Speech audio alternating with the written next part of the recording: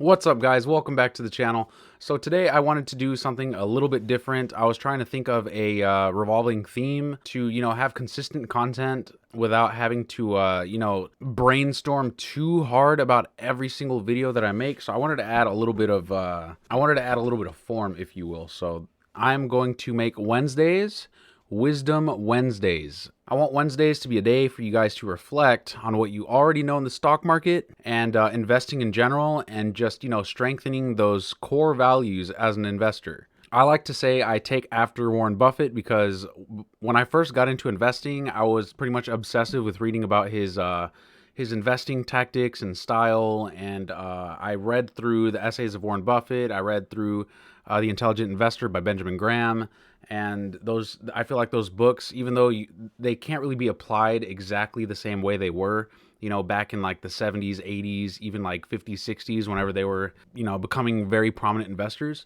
It's a lot of those things still apply today. So I think that this is a way for you to, strengthen your own investing core values again. And this is just something that I look over occasionally as well, because, it really does solidify your beliefs. And this is really what makes you a true long-term investor.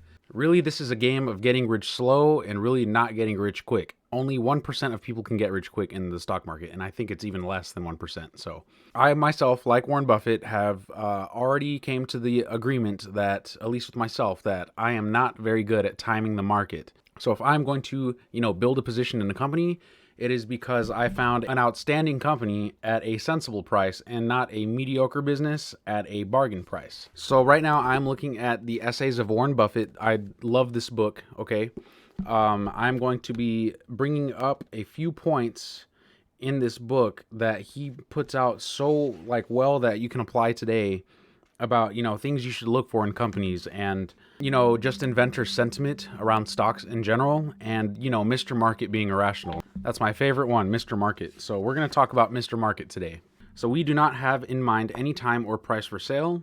Indeed, we are willing to hold the stock indefinitely so long as we expect the business to increase in intrinsic value at a satisfactory rate. When investing, we view ourselves as business analysts, not as market analysts, not as a macroeconomic analyst, and not even as a security analyst, but a business analyst. Our approach makes an active trading market useful, since it periodically presents us with mouth-watering opportunities.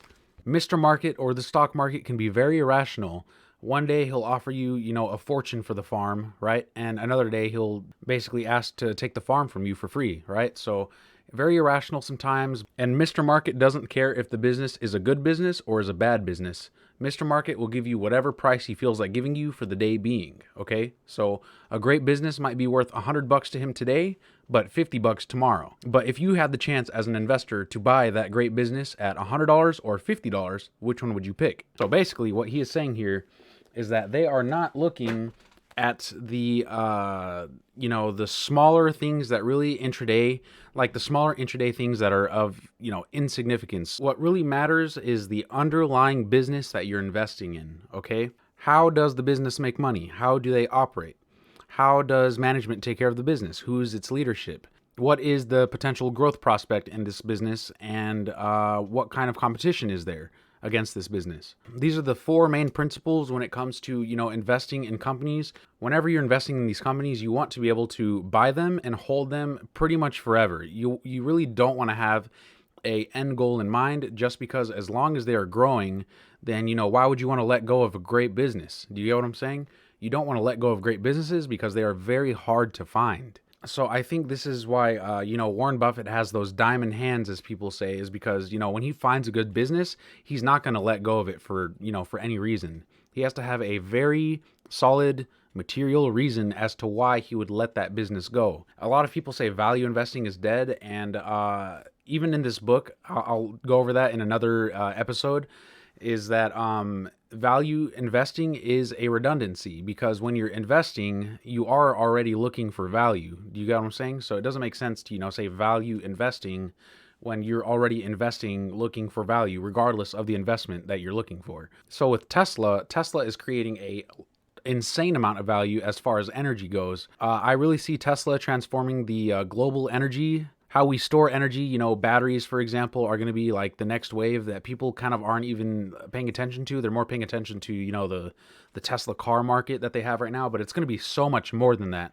So that's why I say everyone should definitely own Tesla in their portfolio, whether you really like them or not. There is no arguing that they have a solid business, and you know, the fear of bankruptcy and all that crap, that is far behind them now. But you know, there's a lot of content, a lot of material out there for Tesla that, you know, we can research on and look for. They've been around for a long time already, so it's pretty easy to, you know, research about them. But you know, other companies that aren't as popular per se, or you know, companies, businesses that are still in their early development growth phases, you have to apply a lot of, you know, thought and reasoning behind their products and services, the people who operate the business, you know, the addressable market, and the competition made against them. It's a little bit more difficult to assess those things when a company is first starting, just because we really don't know what the future would hold for them. They don't really have too much prior history, right? So it's important that you go into investing looking at all of these things, because in the end, we're investors, and ultimately we want to hold on to great businesses as long as we possibly can. The whole stock market and investing is more than just stock price, guys. It's looking at the underlying business and determining if it is a good asset to own for a long period of time. If the growth prospects of this business look very good, and you know, they're operationally doing very well, management knows how to, you know, manage the funds, they have an excellent product or service that hopefully permeates across, you know, a global point, these really are the things that are going to make or break your portfolios, at least in the long term. You know, a lot of us can have success in the short term. We could day trade, all this, all that, but it's very hard to sustain that. And I would be very wary of people who can say they sustainably day trade stocks, because it is a very, very hard game that a majority of people lose. You can't argue that. So that's pretty much the point of this Wisdom Wednesday, is Mr. Market is irrational.